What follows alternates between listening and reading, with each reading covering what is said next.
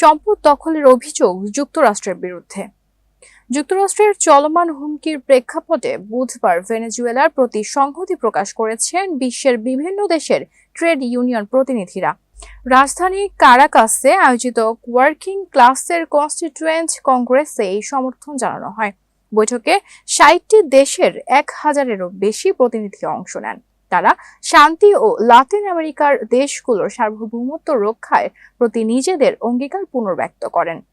ভেনেজুয়েলার পররাষ্ট্রমন্ত্রী Ivan Gill Pinto ক্যারিবীয় অঞ্চলে যুক্তরাষ্ট্রের সামরিক উপস্থিতির কথা তুলে ধরে বলেন, এটি এই অঞ্চলে দেখা সবচেয়ে বড় সামরিক বহর। তিনি যুক্তরাষ্ট্র সরকারের বিরুদ্ধে ঔপনিবেশিকতা ও সাম্রাজ্যবাদের অভিযোগ আনেন এবং বলেন তাদের সামরিক অভিযোগ মাদক পাচার দমনের জন্য নয়, বরং ভেনেজুয়েলার প্রাকৃতিক সম্পদ বিশেষ করে তেল দখলের উদ্দেশ্যে পরিচালিত হচ্ছে। ইভান গিল পিন্টো বলেন, এটা মাদক পাচার নয় বা তারা যে অজুহাতই বানাক না কেন, আসল উদ্দেশ্য হলো আমাদের অঞ্চলের সম্পদ ও শ্রম শক্তি দখল করা।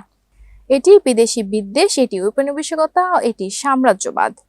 মস্কোর এক বিশ্ববিদ্যালয়ের অধ্যাপক সাইদ গফুর বলেন, যুক্তরাষ্ট্র ও গ্লোবাল নর্থ শুধু ভেনেজুয়েলায় নয়, বরং রাশিয়া ও মধ্যপ্রাচ্যের প্রাকৃতিক সম্পদের দিকেও নজর দিচ্ছে।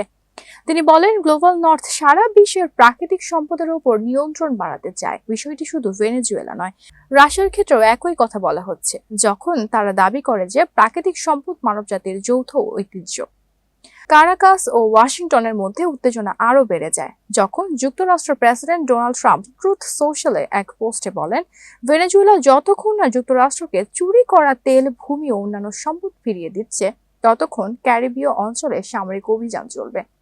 এই মন্তব্যের জবাবে ভেনেজুয়েলার প্রেসিডেন্ট নিকোলাস মাদুরো জাতিসংঘের মহাসচিব অ্যান্তোনিও গুতেরেসের সঙ্গে ফোনে কথা বলেন।